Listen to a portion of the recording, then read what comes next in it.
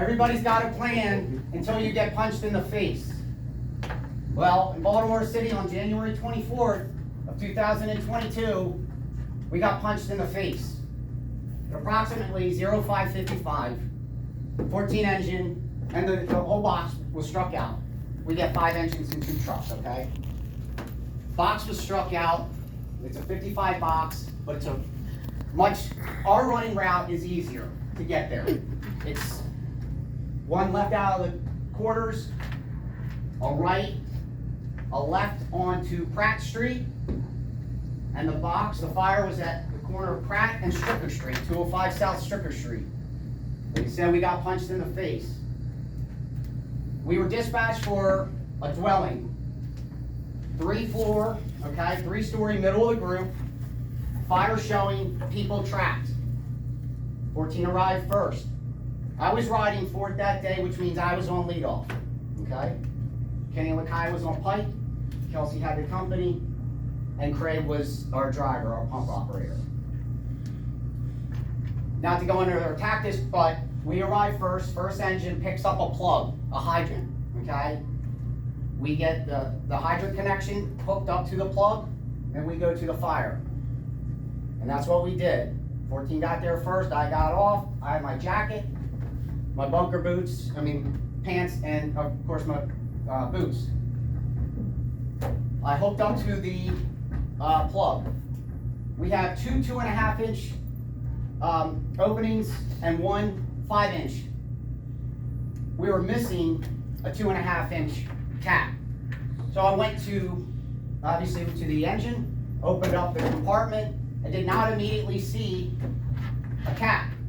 But what I did see was a fog nozzle, okay? And I know that that's gonna fit. And I know that because I was taught that by my first officer, Lieutenant Andrew Whitehead.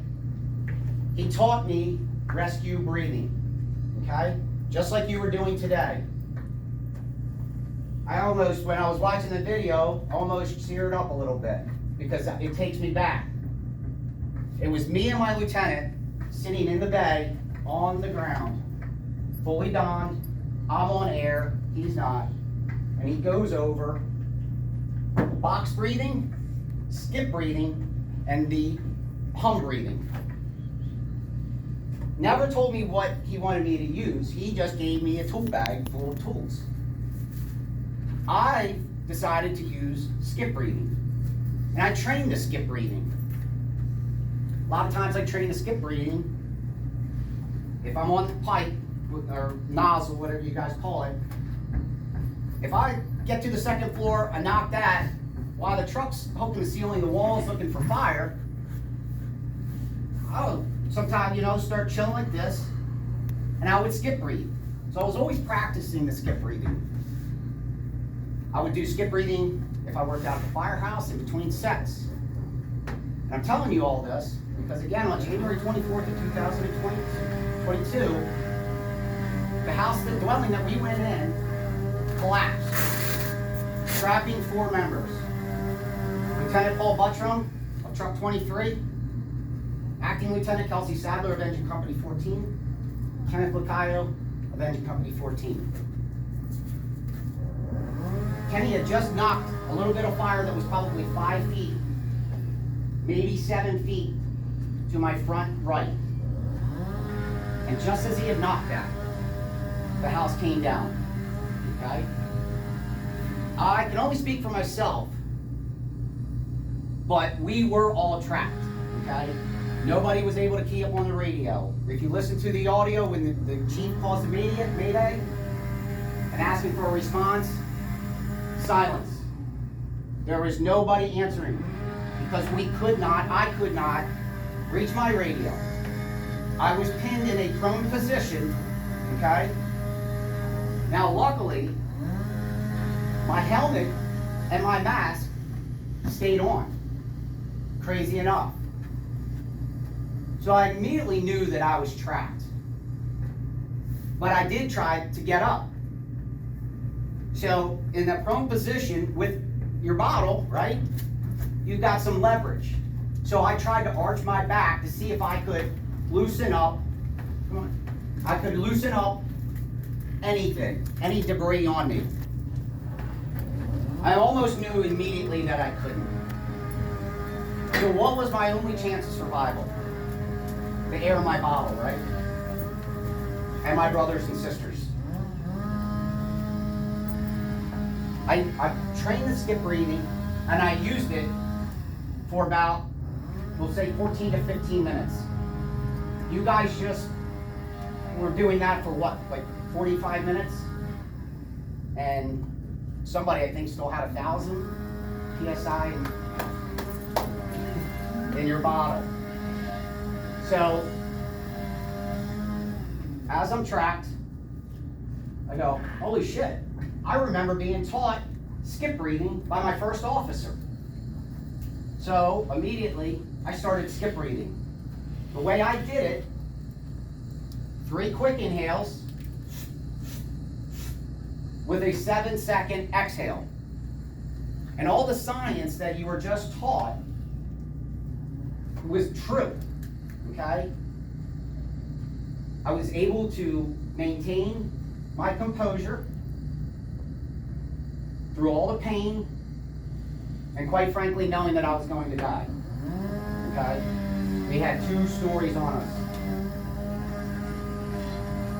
Well, there's not a whole lot to do when you're trapped. So it's all in your head. You gotta stay composed, cool, firefighter cool, right? And that's what I did. Burning, okay? I have 11 burns. Now I'll show you this one, just to kind of put it in perspective. That's my neck, obviously, and that's a burn. So I was pinned, my whole body. Now my first officer told me, never pull off your mask because you want clean blood if you do pass. If you were to pass, and they pull you out a minute, 4 minutes later with compressions and oxygen, you might be able to be brought back. If you have poisoned blood, it's tougher, okay, because oxygen attaches to your blood. But the toxins from the fire don't allow that to happen, okay? So it can happen, but it's tougher. So never pull off your mask. You're going to have to let yourself suffocate. Well, when my officer told me this, I'm like, holy shit. Were we crazy? Like, I will say this, as I was tracked, let's just say about 7 minutes in, the only thing I could move was my right arm, my elbow, my fingertips, and my right leg. I actually, because this is what goes through your head, tried to see if I could reach my mask. I wasn't going to pull it off at that time because I still had air. But I wanted to know, am I tough enough to let myself suffocate? But when I tried to touch my mask, I realized I couldn't do that. So that actually was a plus, because that question was answered for me, right? I'm not going to be able to pull off my mask. Skip breathing, skip breathing, skip breathing. I got a burn on my right foot. This one was kind of annoying. I was able to lift this right leg a little bit. But as I was doing that, minute, I felt a cramp and it started in my hamstring. And I said, you know, that's gonna suck. So the burns sucked, but I figured, well, why would I add to that? So every once in a while, I actually would have to set my foot down, knowing that it was going to burn, okay? There's a small graft on my right foot, on the top of it.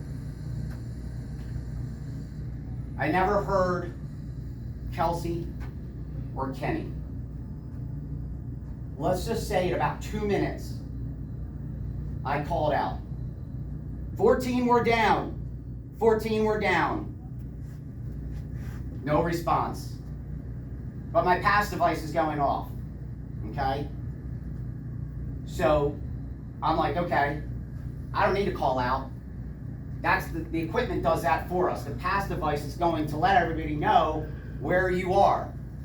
They may not be able to get to you, but they know where you are. So 15 minutes of that chirping, okay? You see any videos of September 11th and you hear that's our brothers trapped, okay? That's what that's telling your brothers and sisters. We know where you are and we're trying to get to you. But it's a lot of work involved in getting rubble off. 2 minutes, call out, 14, we're down. I don't hear anybody. Paul, Kelsey, Kenny, nothing. Let's just say another 2 minutes goes by, and Kenny calls out, 14, we're down. 14, we're down. I'm thinking at this point, holy shit, somebody else is alive. I didn't answer Kenny because he had called out, so we don't have to have a conversation. We are trying to conserve our air, right?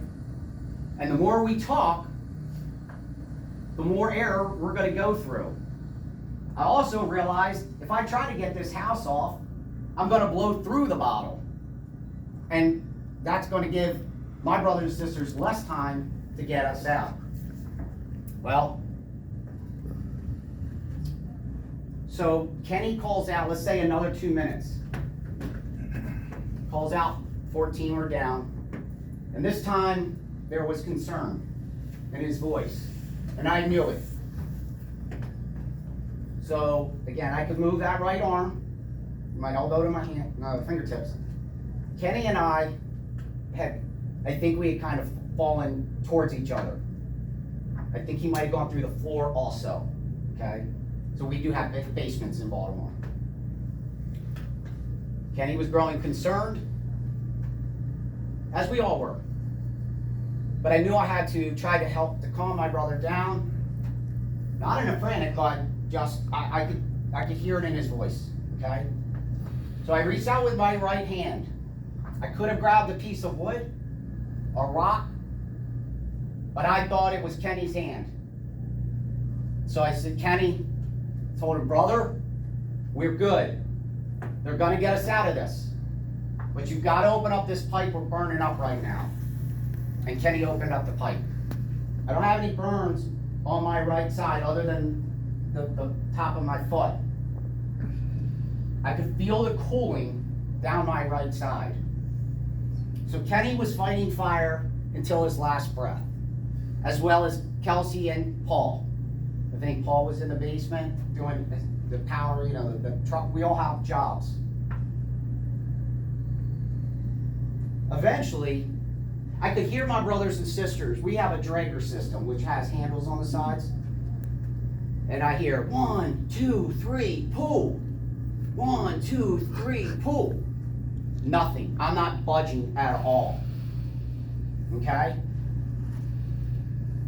Somebody else shouts down, who are you? And my response was, Engine 14, Portable 4. That was all they needed to know. Okay? Just for accountability. So as they're telling the chief who they've got, what they're able to report, we've got hands on McMaster. Not out. That was probably in about 7 minutes, if I had to guess. It took me, 14 to 15 minutes to get them out, or get me out, excuse me. So from the initial, who are you? And my brothers trying to pull me out, it was another 7 minutes of solid work to get me out. But eventually, in the prone position, my mask stayed on amazingly. I felt they had gotten whatever it was on me off my left side. So I start, flailing to try to just loosen up everything so that I can, self-rescue. Okay? Couldn't do it. Still pinned. 1, 2, 3, pull. 1, 2, 3, pull. They just never gave up. Well, get whatever it is on my left side off. Now at this point, there's a second shot that I took to my head. The initial collapse, on the back of my head, okay? Jarring shot. I was a pancake. The second, I don't know if it was a secondary collapse or my brothers and sisters trying to pull me out, but I took this second shot to the left of my head, knocking my helmet, ripping it, really. Helmet off, spider straps, mask off. Now, it's to my right. I can see, and it's close to my hand. Probably, I guess I'd say a foot, no more than 2. I tried to get the mask to my face, but I couldn't reach it. I tried to move my face in closer to my mask. I couldn't do it, okay? You guys all had a lot of air in your bottle on your exercise. Does anybody want to ask me how much I had in my bottle when they got me pulled out? None. The mask was ripped off, the helmet was ripped off. It opened up the valve so it free flowed out, but my low air alarm was off anyway, so I knew time was limited at this point anyway. But eventually, they were able to get me pulled out, okay? So I get up, and everybody's, obviously trying to help me. And I'm like, I'm good. Well, big guy, Brian, was like, McMaster, you have to get on the stretcher. And so I got on the stretcher, but I didn't want any attention on me because I knew we still had brothers in there, okay? Get to the medic, and I get put to University of Maryland shock trauma. I was intubated, okay? And before I got intubated, have you ever been to a trauma center? I mean, it's like a NASCAR pit crew, right? 12 people doing 12 different jobs, all at the same job, or at the same time. So they're asking me the regular questions, and I'm telling them, don't call my family. Initially, it was like, don't call my family, because I didn't need the news coming to them like that. I knew that we still had at least 2 brothers and sisters in that dwelling. It turned out we had a 3rd, okay? But it was tough for me because when I got put in the medic, stripped down, hospital, I don't see any medics. Baltimore City, we call them medics. You guys call them rescues, ambulance, okay? I didn't see anybody coming, like right behind me on a hospital bed. So I didn't have good thoughts. Doctors are asking me questions, I'm answering them, and as I'm answering them, my voice just shuts out like this. Because when mask was ripped off, it was probably another 30 seconds before, 45 seconds before I was actually fully out. I could see the glow. I was eating a ton of smoke. Snot everywhere, coughing, gagging. Get to the hospital, and they intubate me. Now the tough part for me was, like I said, I didn't see any other stretchers coming in. So as I was intubated, I wake up, and I motion for paper and pencil. The nurse gave it to me, and all I write was 14 question mark. She gave me an answer, but it was not, when they walk around, you know what the answer is, but you still don't want to accept it. Well, they didn't tell me. A couple days, next time that I wake up, paper and pencil, 14 question mark. Same answer. Now I'm not thinking good thoughts at this point.